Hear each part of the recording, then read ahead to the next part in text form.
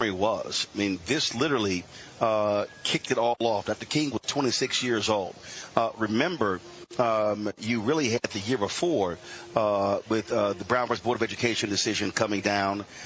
You had previous events, but all of these things began to converge. And what took place in this city, 52,000 black people chose not to get on buses.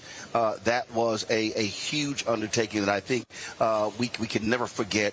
And what it has done is also created the blueprint, if you will, for how do you create mass change? How do you create momentum? How do you have unity when it comes to boycotts? And so that was another thing that we talked about today, how what took place here really served or continues to serve as a blueprint for how, as African Americans, we move forward to address many of our critical issues.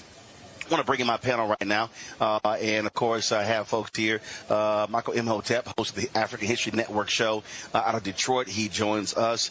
Candace Kelly, legal analyst, joining us from New Jersey.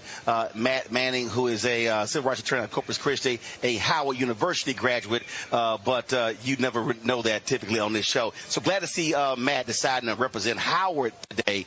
It took him some time to do so. Michael, I want to start with you.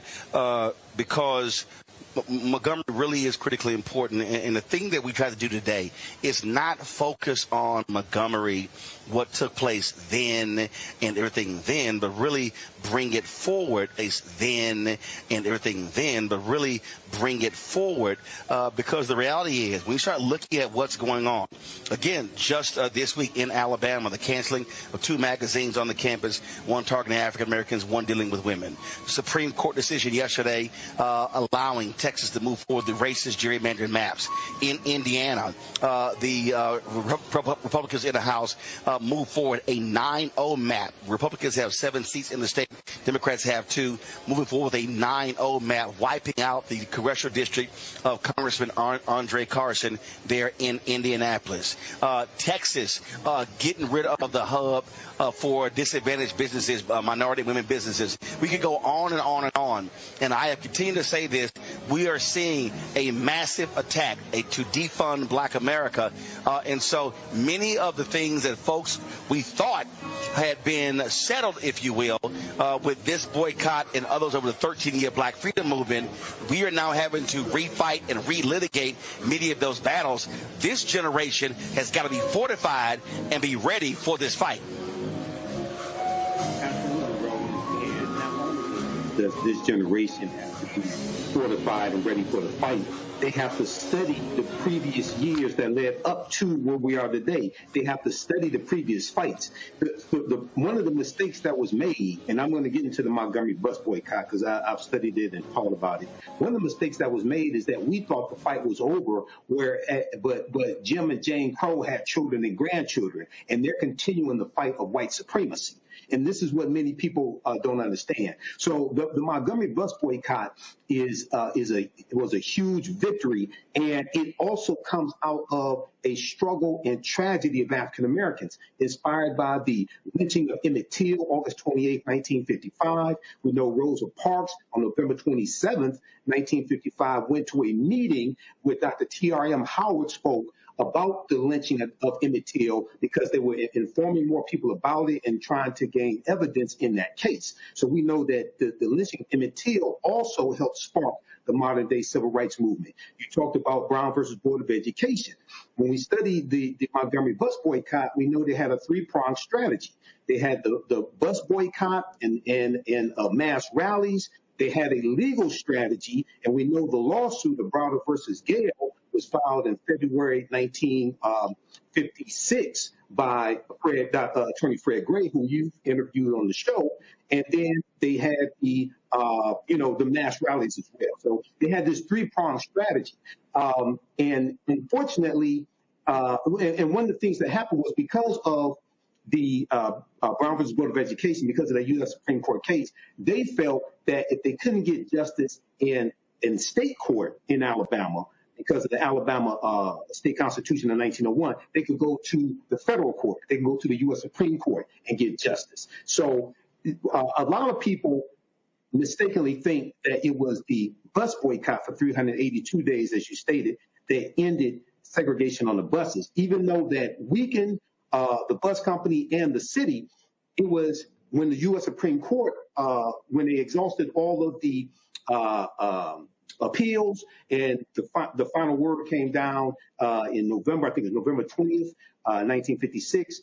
That's when the bus company and the city acquiesced. But it's a huge victory, and it lays a foundation for us today. And lastly, there was a internet when kicking off the modern day civil rights movement. You have the African liberation movement taking place nationally around the same time, and we were being inspired by one another. Africans on the continent of Africa were being inspired by us. We were being inspired by them as well. So this is a fantastic lesson that has to be learned from this. So, Candace, when I made the point about well, we have to understand challenges today, there are clear and direct attacks on legal groups when it comes to this battle. What this Supreme Court has decided, this Supreme Court has said, hey, what the hell, we're going to make new law.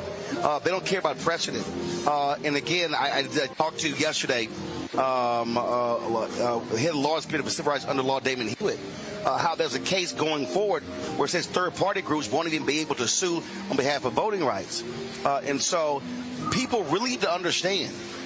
I'm talking about folks, not just people who are 18, but African Americans who are 5 and 6 and 8 and 10 years old, that what is happening right now in this country, public policy-wise, what's happening in the courts, is going to have profound impact over the next 50 years for education, for health, for academics, you name it. And so when we look at this movement lasting 13 years, beginning in Montgomery, going from 55 to 68, setting up the next 50 years, was this conservative attack right now on civil rights, human rights, economic rights, could have the reverse effect for Black Americans for the next 50 years. Folk had better wake up and understand what is at stake right now. They should. And, you know, one of the things, you know, I hear reverse of me. One of the things that people also need to understand is, like you said, that you have to teach young people the way to get to the power is through the court system. We learn this lesson very late. Yes, we learn about legislative and executive and judicial branches as we go through. But in terms of how it really is going to be effective, and in terms of how it really plays out, this is something that some people never learn. And this is something that people are learning on their phones now because of the algorithm. And that's a good thing. But the younger that people understand what's going on, the better it is. Because the truth about it is that anything that we are trying to get in this country eventually ends up in the court system, which is why we have to pay attention to the judges, why we have to pay attention to the local school boards, because those people on local school boards climb up and end up being judges and senators and legislators. The other thing that we have to realize, and this is what happened during the during the boycott, is that it's going to take some time and it's going to take people to give up something. Right? There are people who wouldn't be outside in the cold where I am in New Jersey for 30 minutes, let alone walk 8 miles the way that they did years ago in terms of the bus boycott. What is it that you are going to give up in order to make sure that justice is going to be served to everybody in the community equally? The other thing that people have to realize, number 3, I think, is that there is something called discretion. These courts could have at any time, of course, given Black people, women, anybody, disabled the right to do what they wanted to do, but judges have discretion. And we have to learn how to use that discretion to our advantage and show people that when it comes to what's going on out in the streets, that we are going to fight over and over again, because the court of the public opinion, as we see, is making a difference in the real courts. So that's something that we have to play on very, very well and make sure that our messages are heard. And we understand that our messages are being heard because look at Target. When we talk about a blueprint, this is something that people understand. Of course, it's a little more diverse in terms of the people who are part of it, slightly more fragmented, but we see even with the fragmentation that there is progress that is being made, because we hear about Target every week and things that they are doing. We just have to keep going until folks acquiesce. You got to tire them out. What we have to understand, Matt, is that, again, it's amazing when folk talk about the elections, critically important, whether we talk about city, county, state, school district, national. But when we talk about the civil rights movement, we talk about Montgomery, there would not be a Montgomery Bus Boycott story if the Supreme Court doesn't rule in the plaintiff's favor. You don't have an education victory if the Supreme Court does not rule in the favor of Brown versus Board of Education. We could go on and on and on. Then when you talk about all of the legal challenges, the fight to enact Brown versus Board of Education, then, of course, the protests and the marches and all those different things, what did you have? You had a court system that ruled in the affirmative for black folks. Now, conservatives saw that, and they were angry. You look at Barry Goldwater, Senator Barry Goldwater, Civil Rights Act, 1964. Many Republicans, conservatives before that, supported civil rights. That changed. You have people like Charlie Kirk and others who believe the 65 Civil Rights Act, the 64 Voting Rights Act should never have been passed. What we're facing now is the absolute opposite. It's a 180 degree. What you had then was you had activists who had belief in the Constitution, and the Supreme Court and the federal courts sustained that. What you have now, though, is the reverse. You now have a Supreme Court that literally has no respect for lower court decisions. The fact that a lower court would rule in Texas 2-1, the Fifth Circuit 2-1, that was clear race involved in the creation of the new map, and then you have the Supreme Court say, forget that. They had no hearings. They had no oral arguments. They just said, we're going to sit aside what the lower court said. Hey, we don't believe the plaintiffs can actually make their case. So what this Supreme Court is doing is they are just discarding district judges and lower court rulings and appeals courts and saying, we, the Supremes, since we are the final arbiters, we know what's best. And that's the big difference that we are now facing, because these folks, I mean, today they said they were taking up the case against with Donald Trump's birthright citizenship executive order. That's been set on law in the 19th century. And so this is absolutely a completely different time we're living in with this rogue right-wing MAGA Supreme Court that Reverend Frederick Haynes called the MAGA Six. You're so right, because, people don't realize that the Warren Court was a court that issued a lot of opinions that made our life as we know it now in terms of the rights that have been recognized and the precedent as it relates to civil rights.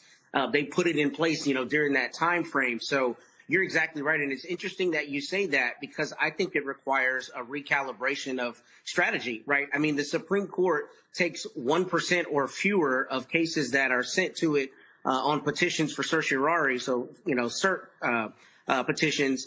And that means now that you're going to have to hope that the district judges, just like this district judge in El Paso, are going to hold the line, are going to do the right thing, and that the Supreme Court doesn't take a lot of these cases up, because we can't trust that their decisions are based in morality, based in the truth, based in the law, and not based in blatant partisanship, because that's what we're seeing. So, the strategy is going to have to be recalibrated. And, I think you're speaking to a larger phenomenon that we're kind of all seeing, is that there were these guardrails, at least purported guardrails in society, one of which was the courts, that you could trust, at least theoretically, the courts would look at the evidence, try to do the right thing. But you're seeing blatantly now that the top court in the land is not doing that.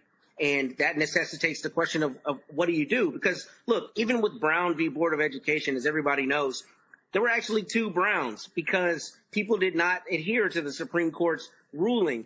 But the difference at that time is that there was deference given to the Supreme Court, that the Supreme Court was at least going to try to do the right thing, even if we didn't agree with its ultimate outcome. I don't think we as a society have that fundamental belief anymore. And that now requires us to take a different legal strategy with respect to district courts, and hoping the district courts and the courts of appeal in a lot of places, not necessarily the Fifth Circuit Court of Appeals, are going to do the right thing, and that the Supreme Court is not going to take questions up because we can't trust how the Supreme Court is looking at it. So I think you're exactly right about this inflection point that we're at. And I think it requires lawyers and the public at large to recalibrate that strategy, because that's the only way you're going to have meaningful wins, especially when the Supreme Court appears to be looking at very clear evidence and making decisions that are blatantly partisan. For instance, the immunity decision. I mean, in the Warren Court or in the Rehnquist Court even, I don't think that they ever would have issued an opinion basically giving the president carte blanche to do whatever he wants and calling it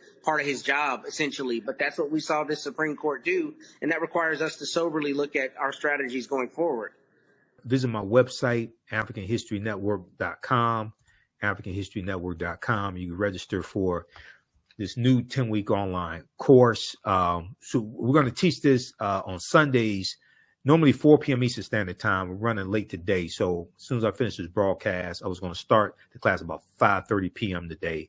Because it's a holiday weekend, I'm going to do a quick introduction to the class, so you can join us for that. Class is on sale, $80. You get 5 of my lectures free in digital download format, okay, when you register for this as well. Click right here, register here. You can do debit card, credit card, what have you. If you want to do it through Cash App, send it through our Cash App is here, $ the AHN show through Cash App. You click on the link. It takes you here. And if you send it through Cash App, follow it up with an email. You can email me through the website right here. Contact the African History Network at the top. If you send it through Cash App, follow up with an email. Let me know you sent the registration through Cash App. And this is our official Cash App account, $ the AHN show, SHOW. When you go to it, it'll say Michael. These are some fake African History Network Cash App accounts that have been stealing money from us. I'm still trying to get them shut down. Here's our PayPal link right here. Also, okay. So this is African empires, the Moors, and the transatlantic slave trade, 5000 BC to 1800 AD. Okay, so this is a new 10-week online course that I'm teaching. I've been teaching online history classes going back to 2017, and I put these classes together, put together the curriculum. There are about 200 slides in this class, 80 to 100 articles that we reference, 15 books. You don't have to buy any of the books. I'll show you screenshots of the book as well. The content is PG-13. You can use this with your children, okay? And it's very engaging. It is interactive also. There's a class chat, so you can ask me questions in the class also. You can see me, I can't see you, so you don't have to worry about that, all right? Okay, look, we're about to get out of here. Remember, at the African History Network, we focus on educating, empowering, and inspiring people of African descent throughout the diaspora and around the world, because right now it's correct wrong behavior. It's not over till we win. Wakanda forever. And we'll talk to you next time. Peace. Also, you can support the African History Network through PayPal and Cash App. We have the information right on the homepage of my website. If you scroll down, $ the AHN show through Cash App, and through PayPal, paypal.me/the AHN show. This is our Cash App. Tag $ the AHN show, SHOW. When you go to it, it'll say Michael and show my picture there. Okay, these are some fake African History Network Cash App accounts that have been stealing money from us. And I put our tag right here. Here's our link to our Cash App QR code. Okay, so you can support us there. If you want to donate support us $5, $10, $15, $25, $50, $100, whatever it is. It definitely helps us keep doing the research, stay on the air, pay some of the bills, and broadcast the Sunday night show also.